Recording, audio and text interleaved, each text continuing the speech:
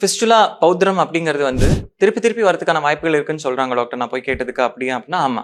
ஒருத்தங்களுக்கு ஒரு தடவை ஃபிஸ்டுலா அப்படிங்கிறது வந்துருச்சு அப்படின்னா, அதாவது ஆஸ்துமாயை சுத்தி பௌத்திரம் வர்றது வந்து மறுபடியும் வரதுக்கான வாய்ப்புகள் இருக்கு. இது அவங்களோட பாடி நேச்சர்னால வருது. இது எப்படியாவது நான் ப்ரிவென்ட் பண்ண முடியுமா, தவிர்க்க முடியுமா அப்படின்னா 2 கண்டிஷன் ஞாபகம் வச்சுக்கணும். ரொம்ப நேரம் உட்காந்துட்டு இருக்கக்கூடாது. ஆல்ரெடி ஃபிஸ்டுலா வந்தவங்க பார்த்தீங்கன்னா 2 மணி நேரம் மேல ஒரு இடத்துல உட்காந்துட்டு இருக்கக்கூடாதுங்க. உட்காந்து பார்க்கக்கூடிய வேலைகள் ஐடி ஜாப்லாம் இருக்கிறவங்க 2 ஹவர்ஸ் ஒன்ஸ் எழுந்திரிச்சு ஒரு 2 மினிட்ஸ் நடந்துட்டு வந்து அதுக்கப்புறம் உட்காரணும். டிராவல் ரொம்ப தூரம் பண்றவங்க நடுவில் பிரேக் எடுத்துட்டு டிராவல் பண்றது நல்லது. 2வது கான்ஸ்டிபேஷன் அவாய்ட் பண்ணணும். மலச்சிக்கல் வந்தா ஃபிஸ்டுலா மட்டும் கிடையாது, ஃபிஷர் அப்புறம் பைல்ஸ் இது வரதுக்கான வாய்ப்புகளும் இருக்கு. இது எப்படி அவாய்ட் பண்றதுன்னா, காய்கறி, பழங்கள், பச்சை கீரை, வாரத்துக்கு 2 நாளாவது கீரை சேர்த்துக்கணும். அப்புறம் பழங்கள் ரெகுலராக சாப்பிடணும். தண்ணி நிறைய குடிக்கணும்.